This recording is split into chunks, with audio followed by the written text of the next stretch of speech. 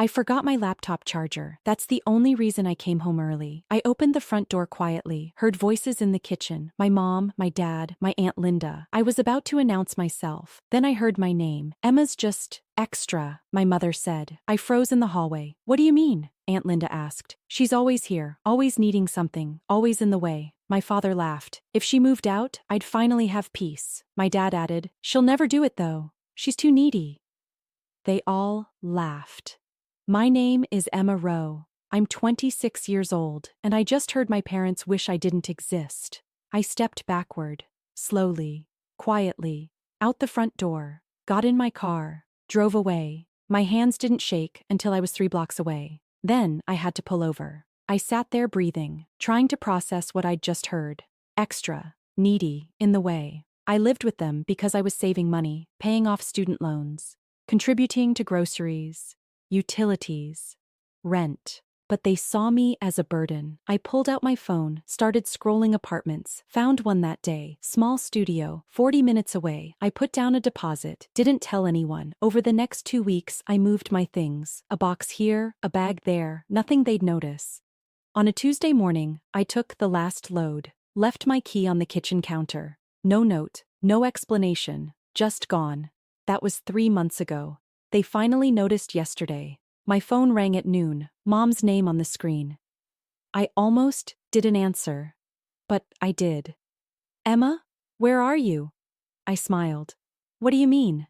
Your room is empty, all your stuff is gone. I moved out. When? 3 months ago. Silence. 3 months? And you didn't tell us? You didn't notice. What are you talking about? My mother said. I moved out 12 weeks ago. You just realized today. That's impossible. We would have noticed. But you didn't. I heard my father in the background. Let me talk to her. The phone shifted. Emma, what's going on? I moved out, Dad, in October. Why didn't you tell us? I didn't think you'd care. Of course we care. You're our daughter. I almost laughed. Am I? Because 3 months ago, I heard you say you'd have peace if I left. Silence. You were listening to a private conversation? I came home early. You were talking in the kitchen about how I'm too needy, too extra. My father cleared his throat. Emma, that was taken out of context. Was it? Because it sounded pretty clear. My mother took the phone back. Where are you living? An apartment. Which one? We'll come see it. No. What do you mean no? I mean, I don't want you to know where I live. Emma, stop being dramatic. I'm not being dramatic. I'm being honest. We have a right to know where you are. Actually, you don't. I'm 26. My Aunt Linda's voice in the background. Just let her cool off. I'm not cooling off, I said. I'm done. I hung up. My phone rang again immediately. I declined. Again. Declined. Text from my mother. This is ridiculous. Call us back. I blocked the number, then blocked my father's and my aunt's. My phone finally went quiet. I sat in my apartment, looked around at my small space, my furniture, my rules, my peace. For 3 months I'd been living my own life. No judgment, no comments, no feeling like I was in the way. I'd been waiting for them to notice, to ask where I was, to care, but they never did. Not until my aunt asked about me at lunch. Not until they checked my room for something. 3 whole months. And I was fine. Better than fine. I was free. 2 weeks passed. No contact. I thought maybe they'd given up. Then my cousin Madison called. Emma, what's going on? What did they tell you? That you moved out without warning, that you're ignoring them, that they're worried sick. I laughed. Worried sick? They didn't notice I was gone for 3 months. 3 months? Yes, I moved out in October.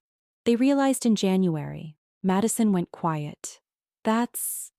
wow. Yeah. Why didn't you tell anyone? I wanted to see how long it would take. That's kind of harsh. Is it? They said I was extra, that they'd have peace without me. They said that? I heard them, all 3 of them laughing about it. Madison sighed. I'm sorry, Emma. That's awful. It is what it is. So what now? Now I live my life, without them. They're still your parents.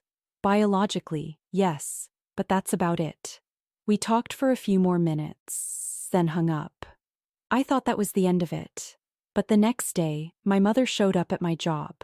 I work at a bookstore downtown. She walked in during my shift, found me restocking shelves. "We need to talk. I'm working. This is more important." "No, it's not." She grabbed my arm. "Emma, stop this nonsense. Come home." I pulled away. "This is my home now." "That tiny apartment? You can't be serious." "I'm very serious." "You're being childish." My manager appeared. "Is everything okay here?" "Yes," I said. "This woman was just leaving." My mother's face turned red. "This woman? I'm your mother." "Then act like it." She stared at me. "What's that supposed to mean?" "It means mothers notice when their daughters disappear." "We've been busy." "For 3 months?" She had no answer. "Leave, Mom. I'm working." "Fine, but this conversation isn't over." She walked out. My manager looked at me. "You okay?" "Yeah, family stuff. Take 5 if you need it." I nodded, went to the back room, sat down. My hands were shaking, but not from fear, from anger. She'd shown up at my job, caused a scene, called me childish, and still hadn't apologized, still hadn't acknowledged what she said. I pulled out my phone, sent one text. "Show up at my work again and I'm getting a restraining order." Then I went back to the floor. My father called that night. "A restraining order? Really, Emma?" "She came to my workplace, grabbed me, made a scene." "She's worried about you." "She's embarrassed. There's a difference." He sighed. "What do you want from us?" "An apology would be nice." "For what?" "For saying I'm extra, needy, in the way." "We didn't mean it like that." "Then how did you mean it?" Silence. "We were venting. Everyone vents about family sometimes." "For 3 months, you didn't notice I was gone." "That's not venting. That's not caring. That's not fair." "Isn't it? Did you call me once? Text me? Check on me?" He didn't answer. "No, you didn't. Because you were relieved I left." "Emma, I need to go." I hung up. A week later, Aunt Linda showed up. Not at my work, at my apartment. I don't know how she found it. I opened the door. "How did you get this address?" "Your cousin." I made a mental note to talk to Madison. "What do you want?" "To apologize." That surprised me. "Okay. Can I come in?" I hesitated, then stepped aside. She sat on my small couch. "I'm sorry for what I said that day. It was cruel." "Yes, it was. Your mother was complaining. I joined in. I shouldn't have." "Why did you?" She looked down. "Because it's easy to pile on, to agree. I didn't think you'd hear. But I did." "I know, and I've felt terrible ever since." "Have you told my parents that?" "Yes. They don't think they did anything wrong." I sat down across from her. "Of course they don't. They think you're overreacting." "They would." Aunt Linda leaned forward. "For what it's worth, I think you're right. They should have noticed." "Thank you." "Are you doing okay?" "Really?" I looked around my apartment. "Yeah, I am." "You seem good." "I'm better than I've been in years." She nodded slowly. "I'm glad." We talked for another hour. She didn't ask me to forgive my parents, didn't make excuses for them, just listened. When she left, she hugged me. "I'm proud of you." I hadn't realized how much I needed to hear that. 6 months passed. I built a life I loved, made new friends at work, started painting again. Something I'd stopped doing at home. Took a pottery class on weekends. My apartment felt like mine. Every corner, every choice. No one commenting on my mess. No one rolling their eyes when I came home. Just peace. My parents called occasionally. I didn't answer. They sent texts. I didn't respond. Eventually, the calls stopped. The texts became less frequent, then stopped altogether. I thought that was it. Then my birthday came. 27. I celebrated with coworkers. Quiet dinner, nothing big. My phone rang at 9 p.m. My mother. I stared at it, almost let it go to voicemail, but something made me answer. "Hello? Happy birthday, Emma." "Thanks." Awkward silence. "How are you?" "I'm good." "Are you doing anything special?"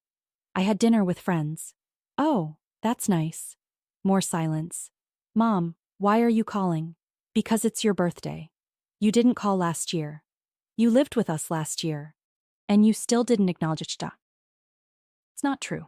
Yes, it is. You gave me a card at breakfast, didn't even sign it, just handed it to me. I was busy. You're always busy. I heard her take a breath. I know I haven't been the best mother. That shocked me. What? Your aunt talked to me about what happened, about how long it took us to notice. And she was right. We should have noticed. I waited. Is that an apology? I'm trying, Emma. Try harder. I'm sorry we didn't notice. I'm sorry we made you feel like a burden. My throat tightened. Do you mean that? Yes. I wanted to believe her, but part of me didn't. I need time, Mom. I understand.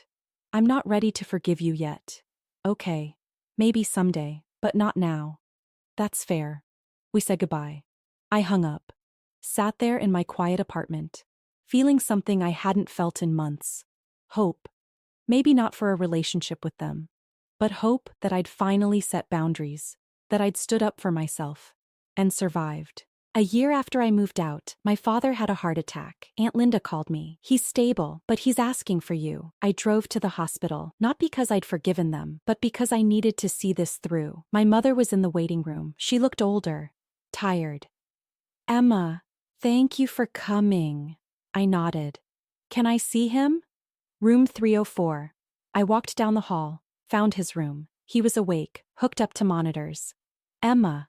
Dad. You came. Linda called. He smiled weakly. I thought you'd ignore it. I thought about it. I sat in the chair next to his bed. How are you feeling? Like an idiot. Doctor said stress, poor diet, not enough exercise. Sounds about right. He laughed, then winced. Don't make me laugh, it hurts.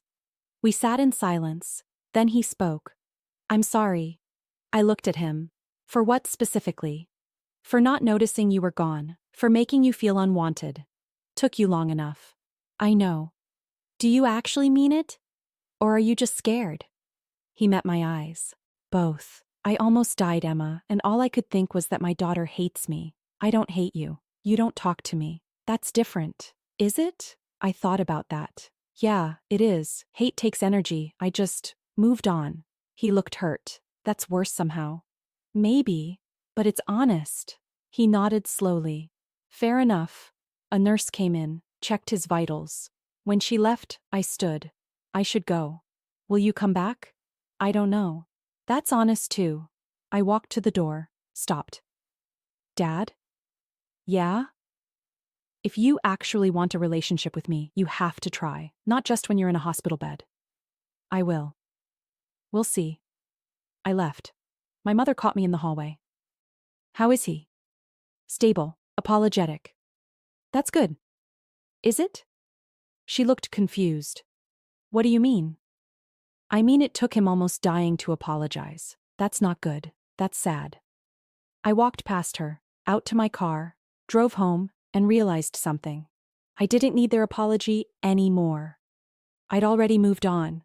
My father recovered, came home after 2 weeks, started calling me regularly, every Sunday morning. At first I didn't answer, then I started picking up, short conversations, 5 minutes, 10 at most. He'd ask about my week, I'd ask about his health. Neither of us mentioned the past. It was easier. That way. My mother tried too, invited me to lunch. I went once, sat across from her at a cafe. She asked about my apartment, my job, if I was seeing anyone, surface questions, nothing deep. I answered politely. We finished eating, she paid the bill. Can we do this again? Maybe. I miss you, Emma. You miss the idea of me. That's not fair. It's true though. She didn't argue. 2 years after I moved out, things changed. My parents downsized, sold the house, moved to a smaller place. My father's health wasn't great. They needed something manageable. My mother called. We're packing up. Do you want anything from your old room? I took everything when I left.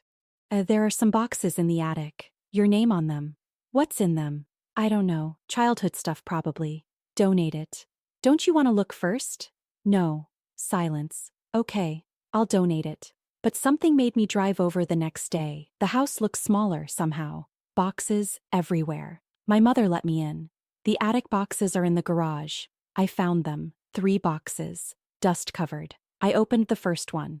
Elementary school art projects, report cards, photos of me at birthday parties. The second box had my old journals, diaries from middle school. I flipped through one, page after page of me trying to be enough, trying to make them proud, trying to matter. I closed it. The third box was different. Letters I'd written but never sent. To my parents, telling them how I felt, how lonely I was, how invisible.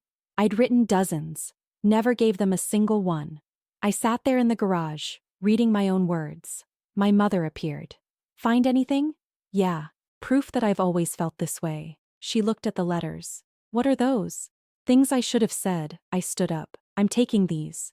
Okay. I loaded them in my car, drove home. That night, I read every letter, then I burned them, not out of anger, out of closure.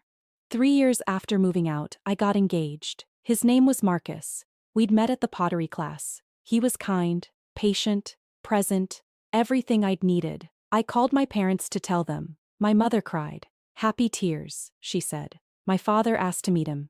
We had dinner the following week. Awkward at first, then easier. Marcus handled them well. Didn't let my mother's questions bother him. Laughed at my father's bad jokes. By dessert, they were smiling. He's good for you, my dad said later. I know. We're happy for you.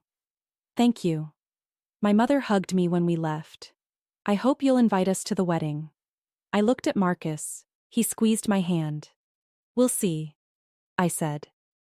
6 months later, we got married. Small ceremony. 50 people. My parents were there, sitting in the 3rd row, not the first, not the second, but there. My father walked me halfway down the aisle. Marcus's dad walked me the rest. It felt right. At the reception, my mother pulled me aside.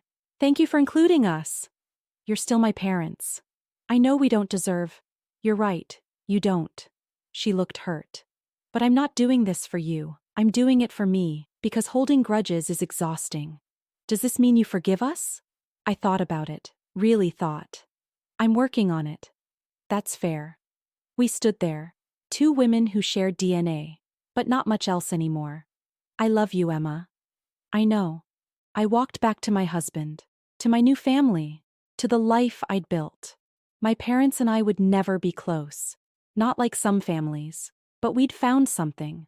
Not forgiveness exactly, more like acceptance. They'd hurt me, I'd moved on, and somehow, we'd both survived. That conversation in the kitchen changed everything. Hearing them call me extra, needy, it broke something, but it also freed me to build boundaries, to choose myself, to stop waiting for their approval. 3 years later, I had everything I needed, a partner who saw me, a home that felt safe, and parents who finally understood.